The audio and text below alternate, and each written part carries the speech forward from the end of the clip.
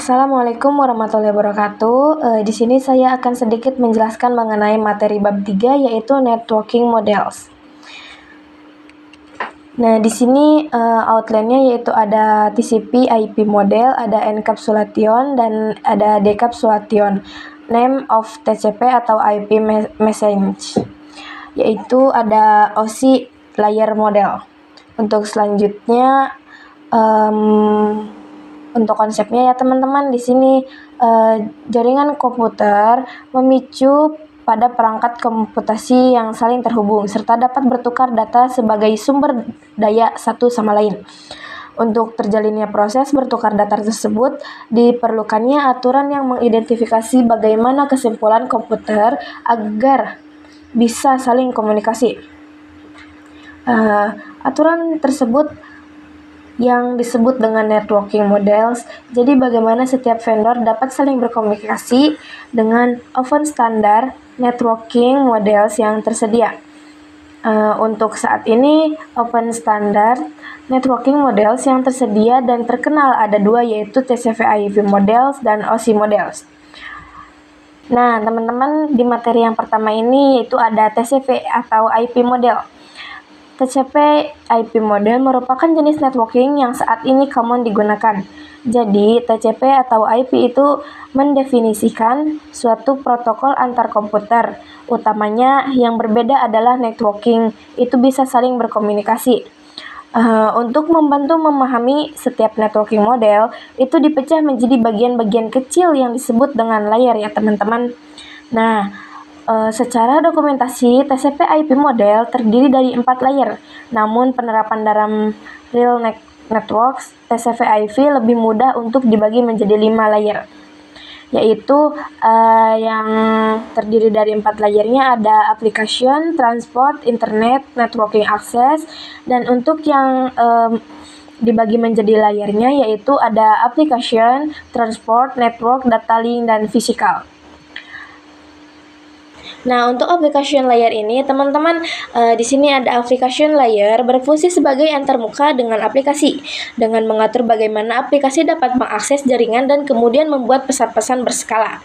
Di antara contoh service dari application layer itu seperti HTTP, 3, SMTP, IMAP, dan SSH. HTTP itu digunakan ketika mengakses suatu web server. Web servernya bisa menggunakan link YouTube, Twitter, dan link apa saja teman-teman. Nah, untuk gambar ini, di sini ini web servernya dan ini clientnya teman-teman.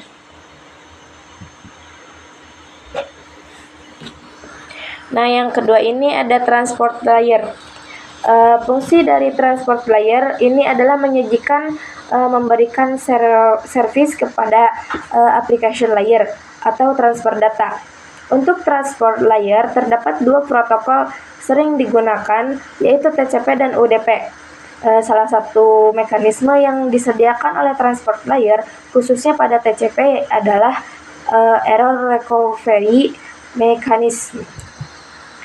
Nah, di sini ada protokol TCP UDP. Di sini ada TCP is more reliable.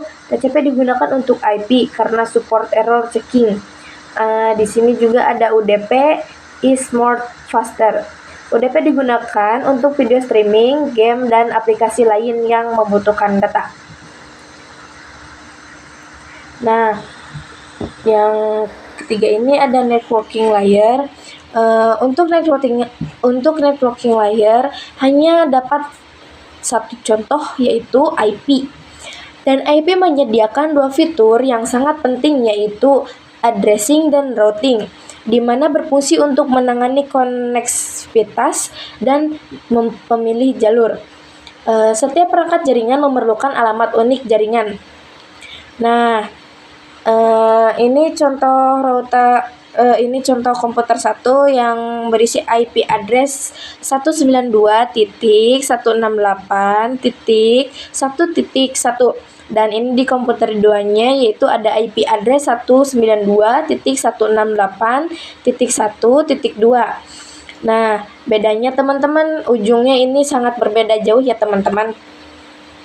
Nah, untuk IP-nya ini IP Internet Protocol, terdapat dalam network layer 3 OSI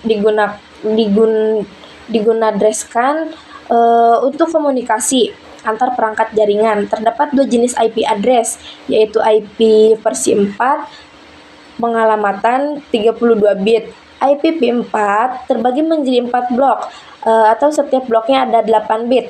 Untuk IP versi 6 ini ada pengalamatan 128 bit. IP versi 4 terbagi menjadi 8 blok. Setiap blok ada 16 bit. Jadi teman-teman di sini untuk IP versi 4 ini setiap bloknya ada 4 dan ada 8 bit. Nah, untuk yang IP versi 6 ini juga setiap bloknya ada 8 dan 16 bit.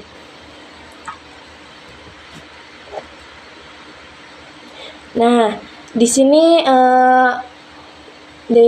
ada dua fitur IP, yaitu addressing dan routing. Untuk addressing ini, jadi addressing itu bahwa setiap IP address itu sendiri yaitu memberikan nama pada perangkat di jaringan komputer. Dan untuk yang routing yaitu adalah satu fitur disediakan pada IP di bagian network layer yang bekerja layaknya kantor pos mencari rute tercepat untuk sampai tujuan ya teman-teman. Nah, di sini ada data layer dan physical layer. Data layer dan physical layer. Data link layer mendefinisikan protokol yang dibutuhkan pada physical layer. Salah satu fitur pada data link layer ialah VCS atau Frame Check Sequence, yaitu error detection mechanism, hanya terdeteksi error tanpa recovery. Addressing yang digunakan pada data link layer adalah MAC address. Physical layer mendefinisikan cabling pada suatu jaringan komputer, mendefinisikan secara fisik yang digunakan untuk menghubungkan antara device. Nah, ini seperti ini ya teman-teman, contohnya ini komputer antar device. Nah, untuk materi selanjutnya ini di sini ada encapsulation dan decapsulation. Nah, untuk encapsulation ini itu prosesnya membungkus data dengan header pada data setiap layernya. Adapun untuk decapsulation sebaliknya dari encapsulation. Di sini ada layer pertama, itu disebutnya application atau data. Dan yang layer kedua itu disebutnya transport atau segmen. Untuk layer ketiga itu disebutnya network layer atau IP packet. Untuk yang layer keempat yaitu disebutnya data link layer atau frame. Nah, untuk selanjutnya di sini ada materi tentang OSI model dan konsep.